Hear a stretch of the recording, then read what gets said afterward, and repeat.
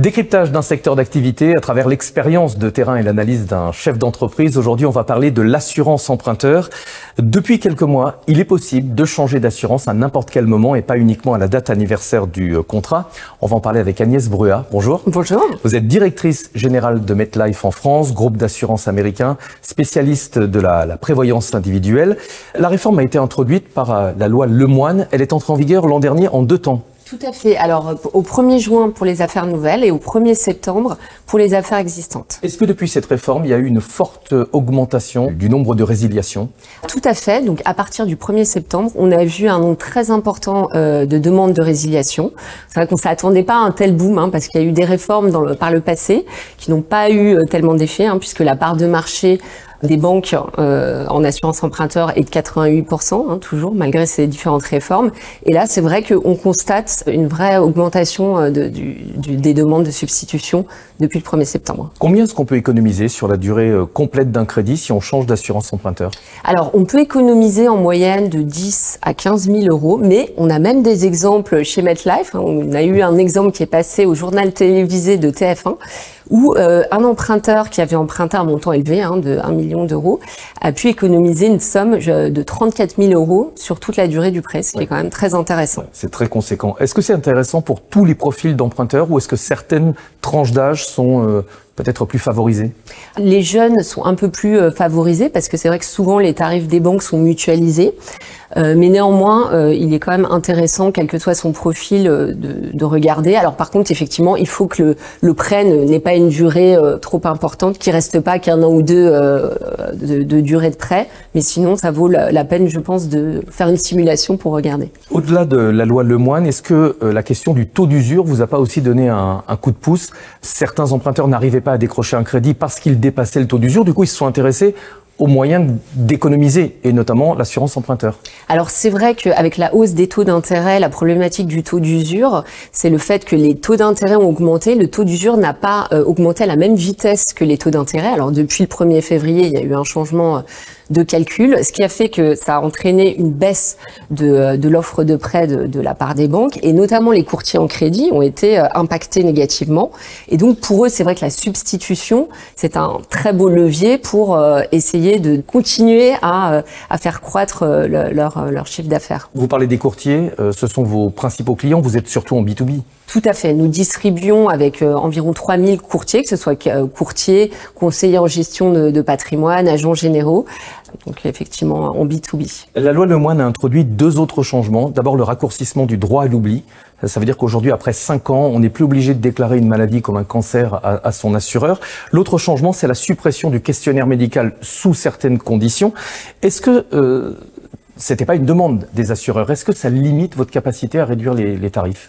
C'est vrai que donc pour les sommes assurées inférieures à 200 000 et un âge inférieur à 60 ans à la fin du prêt, il y a eu effectivement ce retrait du questionnaire médical qui était pas du tout évidemment une demande des assureurs. Et pour nous, c'est difficile parce que ça veut dire qu'on est complètement à l'aveugle sur le risque, puisque des personnes peuvent avoir un risque de santé plus élevé et donc un risque de sinistre, de développer des maladies plus importants. Et donc, en fait, nous avons été conduits, comme beaucoup d'assureurs, à augmenter nos tarifs sur ce segment Lemoine, mais nous n'avons pas souhaité le répercuter pour les autres assureurs. Un risque que vous avez mutualisé. Voilà, c'est ça. Les assureurs alternatifs, comme vous, estiment qu'ils sont défavorisés par rapport aux banques, qui souvent connaissent très bien leurs clients, et notamment s'il y a, par exemple, tous les mois, des indemnités journalières versées sur leur compte, ce qui veut dire qu'elles ont un problème de santé. Alors c'est vrai que nous n'avons pas cette information. Enfin, on a l'information par le biais du questionnaire médical hors segment Lemoine, qu'on exploite évidemment. Alors normalement, les banques ne sont pas censées utiliser ces informations. Mais on sait qu'en pratique, ça donne quand même aux conseillers bancaires un avantage compétitif. Peut-être, en effet, oui. Ouais. Est-ce que c'est une démarche facile pour changer d'assurance? Au début, on nous avait expliqué que on pouvait changer facilement et rapidement. Est-ce que la promesse a été tenue?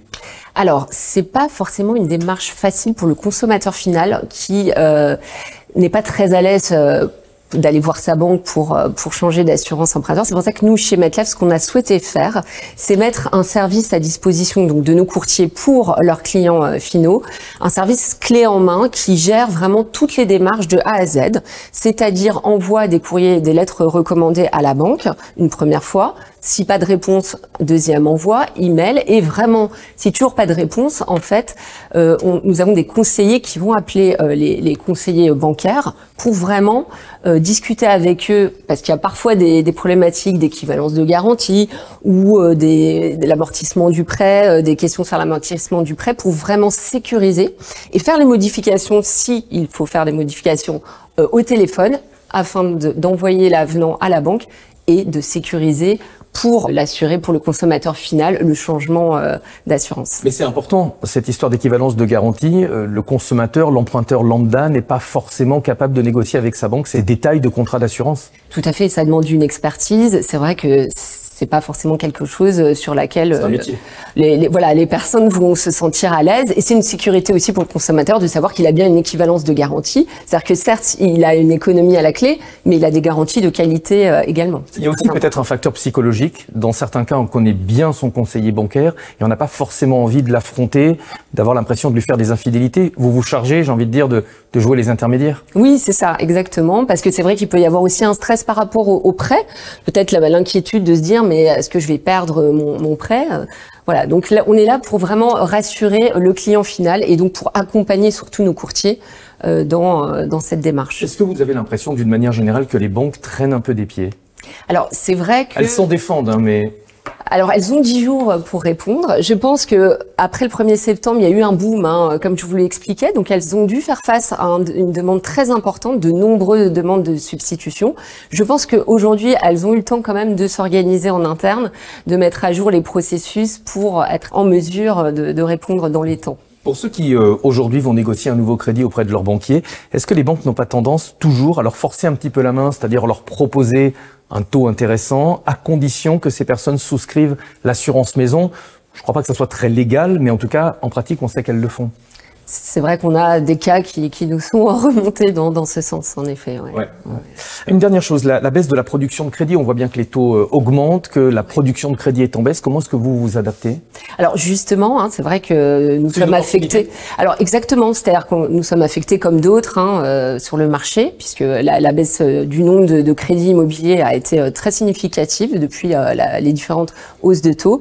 Mais en effet, on pense que c'est une vraie opportunité pour développer davantage la substitution, et c'est pour ça que chez MetLife, on a souhaité vraiment créer un service sur mesure de A à Z pour accompagner nos courtiers, parce qu'on pense que pour eux, c'est aussi une opportunité de rebondir face au fait que parfois certains ont même perdu en fait des conventions avec certaines banques, et donc pour eux, voilà, c'est une manière de rebondir, de développer leur business. En tout cas, pour ceux qui ont peur de changer, ils peuvent allez vous voir justement et vous demander de faire le travail à leur place. Merci beaucoup d'être venu au plateau, de faire le point sur justement l'assurance emprunteur. On peut économiser, vous avez dit, jusqu'à 10-15 000 euros en moyenne. Ça, c'est la moyenne. C'est la moyenne. Merci beaucoup. Agnès Breuer, directrice générale de MetLife en France. Merci Stéphane. À très bientôt pour un nouveau décryptage.